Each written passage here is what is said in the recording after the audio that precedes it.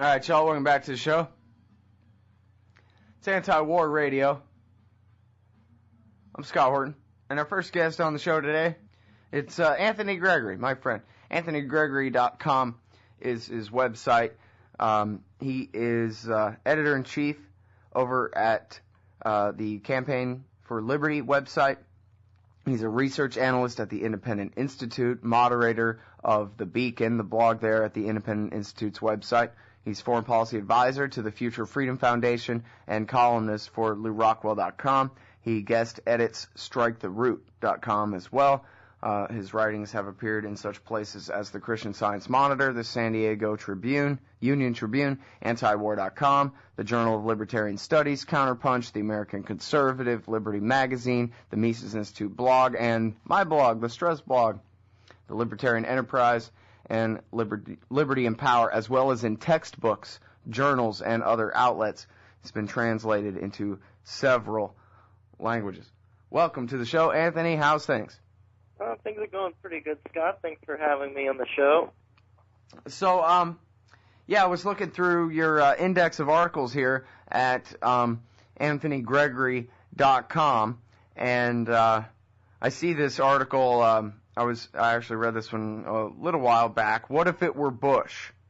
How would the left react about Barack Obama? And this is something that's really been getting me. If you were to ask the people in the audience what I've been screaming about lately, one of the things is that the polls say that the people who support Obama oppose the war, and the people who support the war oppose Obama, and I guess everybody's happy. The people who love Obama get their Obama, and the people who love the war get their war, and you and me and a bunch of dead Afghans are left stuck out. Right, because everyone either supports the empire or the emperor. So right. that doesn't leave those of us who are just anti-imperialism in general. We don't have that many allies, really. It is a very unfortunate thing. I mean, we were talking about this many times on your show, and I know we've talked about this just on the phone, how we kind of predicted this, didn't we, that before Obama even took power, that this would screw up the entire dynamic of the anti-war sentiment. I'm not talking about the real anti-war types, the good writers that you have on your show, but just, the left in general, the voter types, the move-on types, the people who aren't that dedicated but who sounded pretty good under Bush when it came to war issues, they all love the president. And all the people who don't like the president, not all of them, but a lot of the people who really hate the president, one of their big problems with him is he's not killing enough people abroad. It doesn't make any sense, especially on Afghanistan, where you get all of these conservatives who've been saying that he was dithering or he's weak on Afghanistan, when in fact he's much more bloodthirsty on Afghanistan than Bush was. Much more. He's got 100,000 troops there now. Yeah, he's treating Afghanistan like it's Iraq. No, it's well, and even on Iraq, he's just going by Bush's agreed status of forces agreement timetable for withdrawal. He's not doing it any faster like he promised in the campaign. Sure. And on civil liberty, or on human rights and detention policy, it's possible that Guantanamo would have been closed sooner. I mean, now it looks like their policies are not going to close it. But, just a few months ago, the policy was, we're going to try to close it within the first term or so. And before that, as you know, the policy was we're going to close it in a year.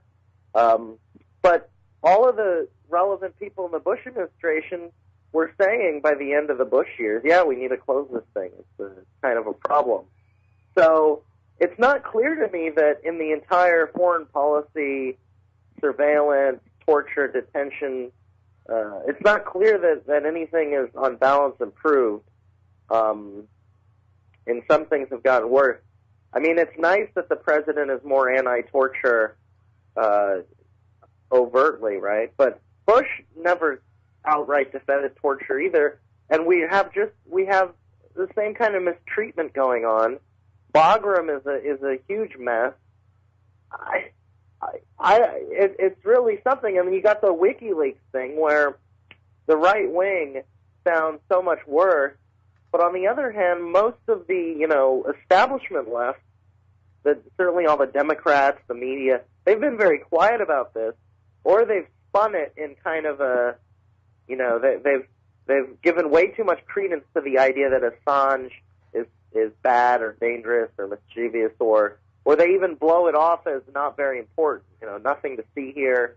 You've gotten that impression, haven't you, that there's just not much, I mean, what if this happened under Bush? When I wrote that column, it was a while ago, but what if all this WikiLeaks stuff, what if Condoleezza Rice, or Colin Powell or any of these people, what if they had been revealed to be as petty and what if they had the Hillary Clinton syndrome that came from WikiLeaks? It'd probably be considered significant rather than just a joke.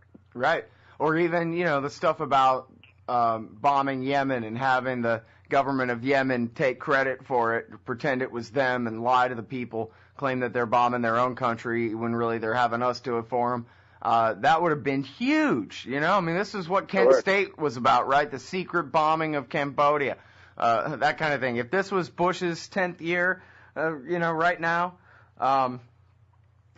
certainly people would be absolutely, especially the escalation into Pakistan is far more than what Bush had done. And then expanding into Yemen, and now openly talking, not just, covert action, but openly talking about further engagement in Somalia, threatening Eritrea now. Oh, yeah, no. And we might have actually been able to get a protest together outside for this if it was George Bush doing these things. Sure, and a few weeks ago when the TSA was a big issue, and so much of the left, the stance seemed to be, well, the TSA, it's kind of abusive, but all of this anti-TSA sentiment, it's right-wing opportunism. And even if there was some truth to that, I mean, I would think that's not really the point. I mean, at the height of the Bush horror, the horrible 8 years of Bush, when such abuses came to light, when the TSA was established and the first kind of folly and intrusiveness of the TSA became clear, I don't recall the civil libertarian position being, oh, well, this might be a concern, but most of the people who are voicing this concern are funded by communists. I mean, that's what the neocons used to say about the anti-war movement. And so I don't really, it's really sad. The TSA thing was sad to see happen. The defenses of the federal government groping people as though there's a terrorist under. I don't really understand. Has the left conceded the whole war on terror, the basic premise of the war on terror, to the Bushies? It's sort of like with the war with Iraq. That look, I know that they're just asking us to rely on secret information. They can't tell us and stuff. But Bill Clinton and Al Gore agree that Saddam Hussein is a real threat. And if Bill Clinton and George Bush agree, then it's true. So I guess if Obama concedes that lawless detention and aggressive warfare are necessary aspects of our security, whatever, then I guess Bush was right about those things. Otherwise, why would Obama continue it? Right.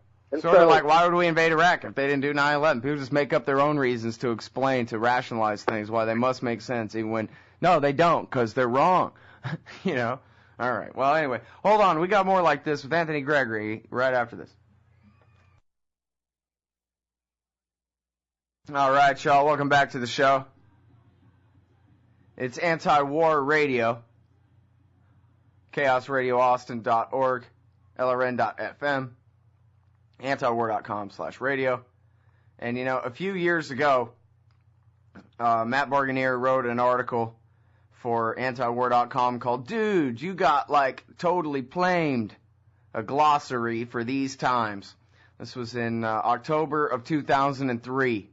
And his definition of Democrat in Matt's satirical glossary here is, noun, a politician whose fevers of moral rectitude and fiscal restraint can only be cooled by inauguration.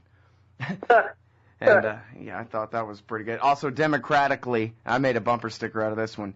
Democratically, adverb. How civilized peoples loot, oppress, and murder one another, as opposed to the informal methods of barbarians. Yeah. Nice. But anyway, so here's what I got to say to you, Anthony. One, you're right. Obama's terrible. Vote Republican. They'll save us. That's apparently what the American people concluded in the last election. And then two is, oh, yeah? Well, what do you prefer, Sarah Palin? No.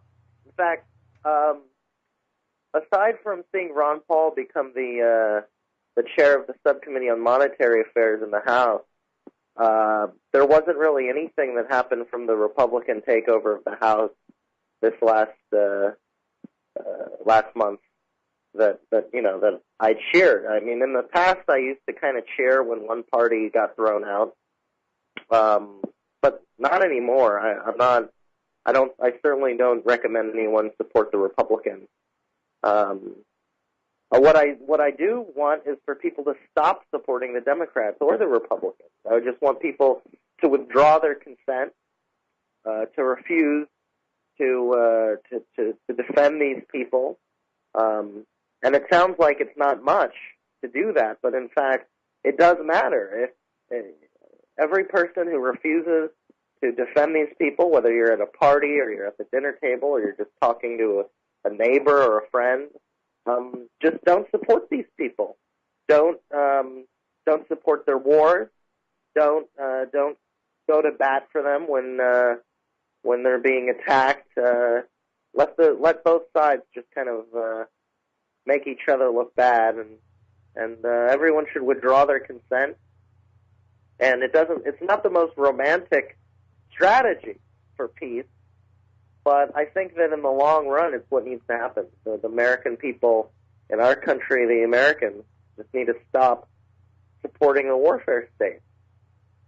That really is the key, and this is the thing to me, is really the recognition that the state itself is the warfare state. That's what it's for. That's what the government is it's the war power. All the rest of this is window dressing. And to me, the welfare state, the regulatory state, at least the parts of it which are made to seem like they're for our own good and that kind of thing, is really all just the window dressing, to help pay for your kid to go to college and all that. Really what it's about is getting our consent for them to be the warfare state. And that's what their real business is, creating money and killing people. Well, yeah, I think there's a lot of truth to that. Before the 20th century, this was what the main expense of governments worldwide was, war making. And that's what governments did for thousands of years. They made war, they prepared for war, and that is the essence of the state. This whole democracy fad of the last couple hundred years has just been window dressing, as you put it. And the welfare state is a way to buy off the people. Corporate welfare buys off the business interests. The educational government complex buys off the intellectuals, and the state always wants to have some sway over public opinion because that's what most matters. And the state is a murder machine. That's what it will always be. So don't enlist in the military. Don't encourage people to enlist in the military. Don't go to Memorial Day parades. Don't support this in any way. You can support the humanity of the troops, but don't support what they're doing. Don't couch everything in terms of saying they're the best and the brightest. I have a lot of sympathy for them as human beings, but don't elevate them either. And this is a problem that some anti-war people, even anti-war people, have, is they put everything in terms of and they assume that the U.S. government's war is legitimate in some sense, and don't. It's the empire. It's the greatest threat to world peace probably right still. It's definitely tied for the greatest threat. It's got all these nukes, and it's used nukes unlike anyone else, and it's a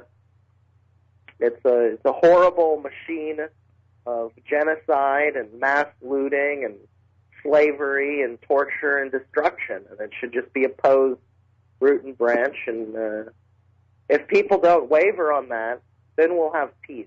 Well, you know, Anthony, you talked about how in the past we predicted this, how, well, this is how it is always when the parties switch power. Half the people who've been angry are appeased, and the people who've been happy this whole time now get to be angry for a little while, but don't worry, they'll get their pressure relieved in another 8 or 4 years when we switch back again.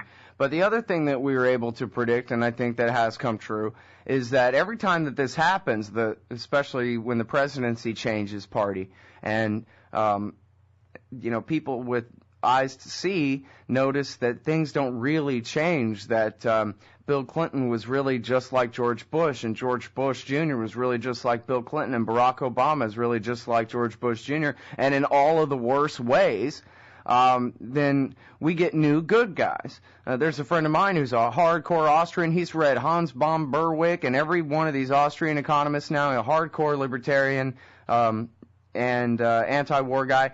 And he voted for Obama. He heard Obama talking about, we could save a lot of money if we end these wars. And he said, yeah, exactly. Well, then Obama turned out to be just like Bush, spending even more money and killing, expanding the war, killing fewer in Iraq, but expanding the wars in Afghanistan and Pakistan. And then he heard Ron Paul mention the Austrian school. Ron Paul seemed to be talking about stopping wars and saving money and seemed to mean it, and mentioned something about Austrian economics. Blam, brand new hardcore anarcho-capitalist on our side. And so there's a lot like that. People washing out as the tide shifts back and forth. People wash up on the shore and kind of can take a new look from a third point of view. Well, what astounded me was how quickly so many people seem to forget how terrible the Republicans were. In this last election cycle, this idea that the Republicans would be any better, it's like Americans can't remember just a year ago, 2 years. Well, it was more like 3 years ago. But I wonder if people are going to forget how bad the Democrats were years ago. All right. Well, your cell phone picked the perfect time to die, kiddo, because we're all out of time. Everybody, that is the heroic Anthony Gregory, the litmus test.